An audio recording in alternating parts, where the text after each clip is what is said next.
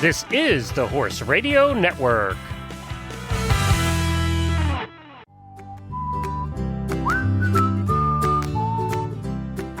This is episode 504 of the Stable Scoop Radio Show. Please support our title sponsor, Springtime Supplements, as they make this show possible. The rest of the scoop is back with a new author, Sally Spickard, and she brings us an original called The Scrappy Kid. This is Glenn the Geek, and you're listening to the Stable Scoop Show on the Horse Radio Network. The rest of the scoop is the premier storytelling podcast for the horse world. A short 5 to 10 minute story professionally written about historical horses or horse people, told in the style of Paul Harvey's The Rest of the Story or Mike Rowe's The Way I Heard It. We have about 25 of them already, and if you missed them, head to stablescoop.com or any podcast player, just search for Stable Scoop. They'll start at about episode 482. Today, Sally Spickard, a regular guest on Horses in the Morning over the years, writes today's story that proves you don't have to be rich to make it in the upper levels of the show world, but you do have to be scrappy. This is more of a modern story than we've had recently, and I think you're going to enjoy it. Springtime Supplements has been dedicated to improving the lives of horses with Springtime's brand of supplements, and they've been doing it since 1979. Before I tell you about one of their really interesting products, ahi flower oil, I wanted to mention that they have a special just for listeners of the Stable Scoop Show. You receive an automatic 15% off and free shipping just for mentioning this show. Be sure to go to springtimeinc.com/stablescoop online or call one of the knowledgeable reps, and be sure to mention the discount code StableScoop. Have you heard about ahi flower oil?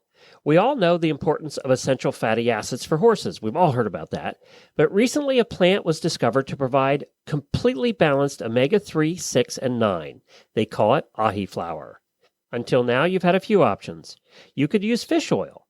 But let's face it, horses are herbivores. They're not known for eating fish. There's also flax, but ahi flower oil has been shown in clinical studies to provide better omega-3, 6, and 9 absorption and balance in horses. It's proven to be better than flax or fish. This is the type of expertise you get from Springtime, who are always on the forefront of the latest research. And don't forget that Springtime also has a full line of canine supplements to keep your dogs at peak wellness too. The website again is springtimeinc.com/stablescoop, or give them a call. Remember, 15% off with the coupon code StableScoop. Now let's get to Sally Spickard's first story.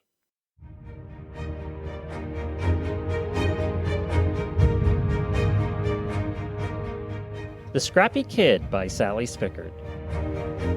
Lake Placid, New York is a place inundated with sporting history, having hosted the 1932 and the 1980 Winter Olympic Games. The bustling community is home to Lake Placid horse shows, and is also known for its scenic views and big-ticket competitions that attract the biggest stars in show jumping. Many would say that some of the true greats of show jumping have roots here in New York. It was Lake Placid that played host to a young teenage rider who had been given the opportunity of a lifetime. Together with his quirky horse, with the infinity for refusing fences, the 16-year-old kid arrived in New York, unaware of the notoriety and prestige of the 2-week show that awaited him. For this rider, the show was a culmination of a childhood that consisted of barreling through the woods on a pony trained by himself and his brother, learning the ins and outs of farm maintenance on his parents' property in New Jersey, and all in all, just enjoying being a farm kid. Soon enough, his brother took up soccer and left the horse farm behind. But the Scrappy Kid, well, he stuck with it. He acquired one horse for $50, leased another, and eventually found a horse he'd end up at Lake Placid with. But his horse wasn't without its quirks. It favored refusing fences, and luckily his rider had a solid foundation in flat work to be able to get the job done and stay aboard. But the ride wasn't without its fair share of difficulty, which is why his mother, through Pony Club, eventually wrangled a lesson with the famous George Morris. During this lesson, George helped the young pair work through the issues. The underlying problem was that the horse didn't respect the rider's leg, and needed a bit of persuading to go forward. After a quick school from George, both horse and the Scrappy Kid were happily jumping around with no problems. Mom was thrilled. Surely there was a way to keep this going. Her kid was talented, and while she and her husband weren't flush with cash, she thought there was a chance she could get her as a working student with George. But the problem was, George didn't take working students. And at a rate of $100 per lesson, it was going to be tough to make regular lessons happen. But then something changed. George invited this young rider to come work for him, even though he famously did not take on working students. Raw talent was the term he used to describe the tough kid with the quirky horse. Worth taking a chance on, he said. And so an exchange of information led to this inauspicious arrival at Lake Placid, a show this family had never even heard of previously. But it wouldn't be a typical show for a typical young show-jumping talent. The riders' parents were blue-collar, hard-working folk who wanted their kids to learn the value of their skills and of money. And so there would be no hotel room, no living quarters trailers for the teen to lodge in for the 2 weeks at the show. The Scrappy kid, well, he found himself pitching a tent near the showgrounds, under a picnic pavilion. On the good graces of the local fire department, the area was safe to camp in and would save plenty of money. The only problem, there was no shower nearby. On the showgrounds, though, was a small camping shower facility. When the young rider ventured over to take a shower, he discovered that the shower was in fact being used as a storage area for folding chairs and other equipment. They were stacked from floor to ceiling. Well, he issued a silent challenge to himself, and he went about emptying the shower. He spent a long time carrying chairs in and out, making room for him to fit in the shower. In a moment of triumph, he turned on the faucet, and nothing came out.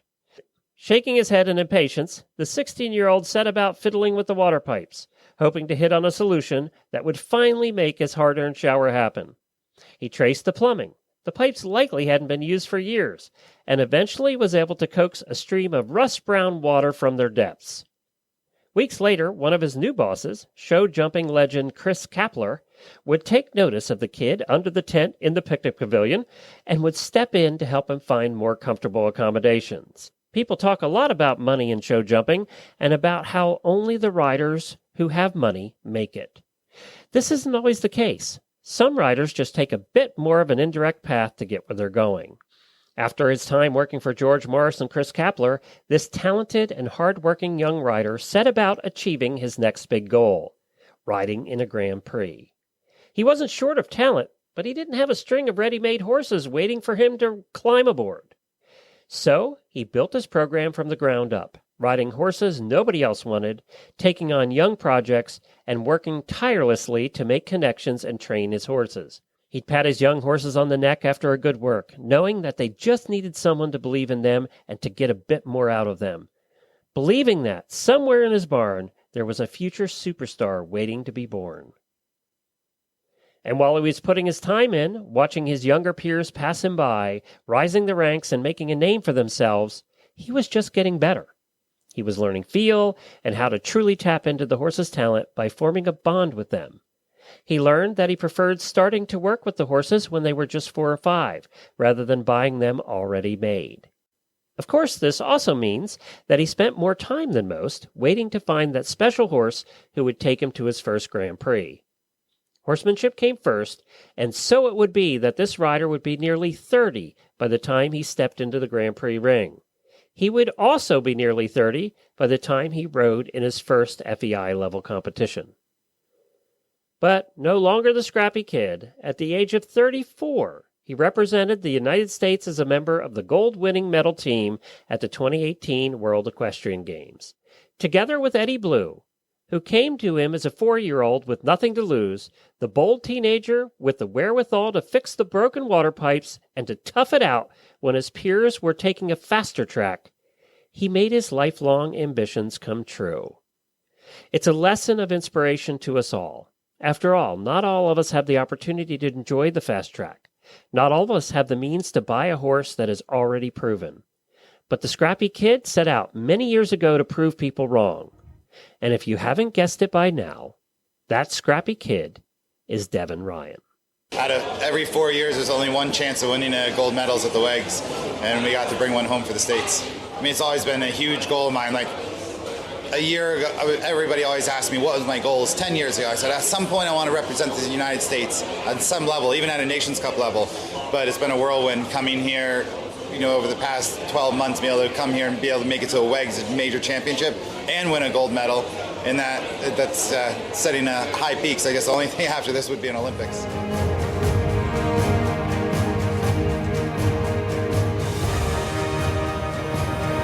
Well, thank you, Sally. We appreciate you submitting that. It was a terrific story and well done for your first time, and we hope you get many more from you. If you want to submit a story or you want to give it a try, go ahead and contact me at glenn@horseradionetwork.com. Glenn with 2 N's. Also, if you want to hear all the past episodes, go to stablescoop.com. And did you know you can get the Horse Radio Network app on iOS or Android? Just search for Horse Radio Network in the App Store. It's free and super easy to use.